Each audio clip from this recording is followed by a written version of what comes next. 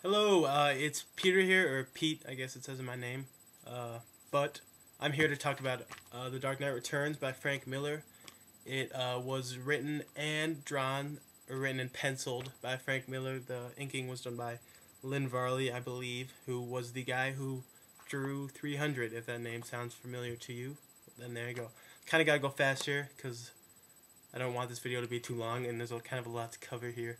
So, what was I gonna say? This is a very good book. It's very good. It was published in 1986 as a 4-part series, so you kind of get these very rigid, climax down, 4 times.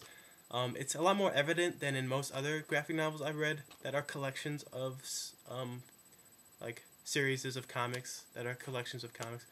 For some reason, Frank Miller just loves huge climaxes, I guess. And it's very clear with this, especially more than year one or something. It's pretty thick read. It's kind of got a heavy price tag, $14.99. So I don't know if you want to spend that kind of cash flow on a comic book. It's a lot more than a comic book, but some people might just think of it as that. But it's thick. It's pretty thick. Here's year one, so it's decently thicker. I guess I should grab Watchmen for reference. Watchmen's pretty thicker than both of them combined, I think. I don't know. Hey, that's pretty irrelevant because it's not all about length, But anyways, so I do suggest that you get this. It's very dark. I think this was kind of Frank Miller's way of kind of testing to see if this kind of thing was viable and okay to have in society, and obviously it was, because this did very well. I think it's the best-selling Batman graphic novel of all time, and I think because of the success of this, Frank Miller kind of went on his own tangent with kind of dark, gritty kind of things.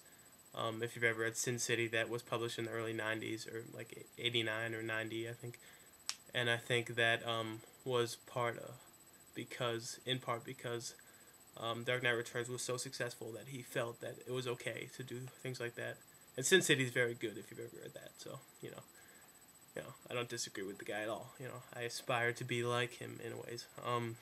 Except for now, if you've ever seen The Spirit sucked. I think he's taking it too far. But anyways, Frank Miller is not the best artist. I mean, he's not the best artist in my opinion, at least. I mean, he's very good, but sometimes it's kind of hard to understand what's going on. I don't know.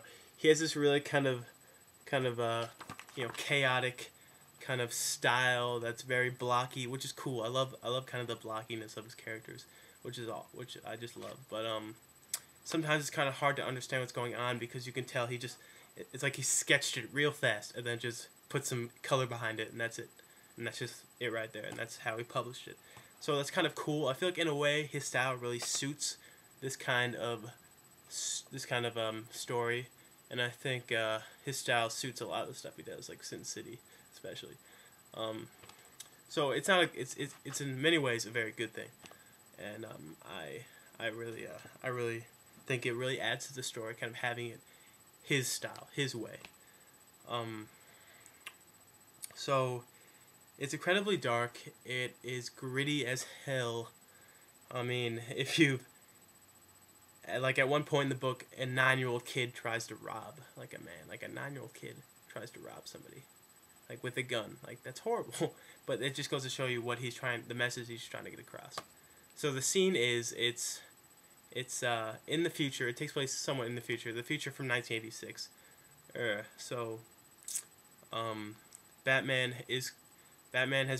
Bruce Wayne has been in retirement for 10 years, and Gotham is kind of being overrun by this youth gang called the Mutants, because apparently without Batman there, the youth has kind of gone awry.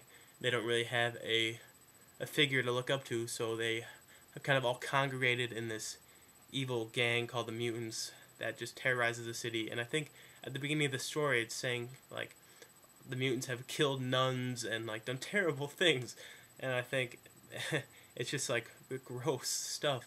But so anyways, the mutants have kind of taken over the city, and Batman kind of comes back to kind of save the day. And at the same time, a bunch of things happen, like Harvey Dent, even though he's had, you know, plastic surgery to make his face, even and normal, he still is Two-Face. He just doesn't have the physical, Two-Face attributes, but he's still Two-Face on the inside. He still has a split personality, so he comes coming back crazy. The Joker comes back. He's been catatonic since the Batman's been gone, because once the Batman retired, the Joker, boom, Joker is, because the Joker, his whole thing is he's a product of Batman. So after Batman retired, Joker went catatonic, and it's just kind of in Arkham, sitting there doing nothing, But after Batman comes back, Joker goes crazy again, and all these things happen, and then the president kind of calls in Superman to kind of stop Batman, because everyone thinks Batman's making it worse, even though, he's not. But so then Superman, they kind of fight, and that's the final climax of Superman fighting Batman. I don't really want to ruin it, but Superman, in a way, stands for kind of this symbol of old. I'm kind of getting into metaphors here, but Superman kind of comes to stand for the kind of this old age of comics. At least I think, in a way, he's very flamboyant, and at one point Batman says that he kind of does anything that anyone in Washington tells him to do. I mean, look at this picture, like. Here, Superman is kind of he's got like the mom pants and like the boots, and like the boots with the heels, like, and I think in a way, Frank Miller is trying to say, like, because he kind of portrays Superman as kind of the symbol of the old age of comics, and kind of Batman coming in is this new gritty, kind of this new age of what Frank Miller wants comics and graphic novels to be, because this was taking place right at kind of the apex of the Cold War, and I wrote a whole paper on this in school, and it really serves to kind of encapsulate a lot of ideas, kind of that we're kind of at the end of the Cold War, we're like just the grittiness and just we want this to be over type thing. And I think he really succeeded. Pick this up. It's $19, or I guess with tax, it's over 20. But I really suggest that you get it. I don't think I can mail it to you if you kind of want to go that way. I don't think that's a very good idea. But pick it up. It's a good book. And thanks for watching. Sorry this was very long, but see you next time.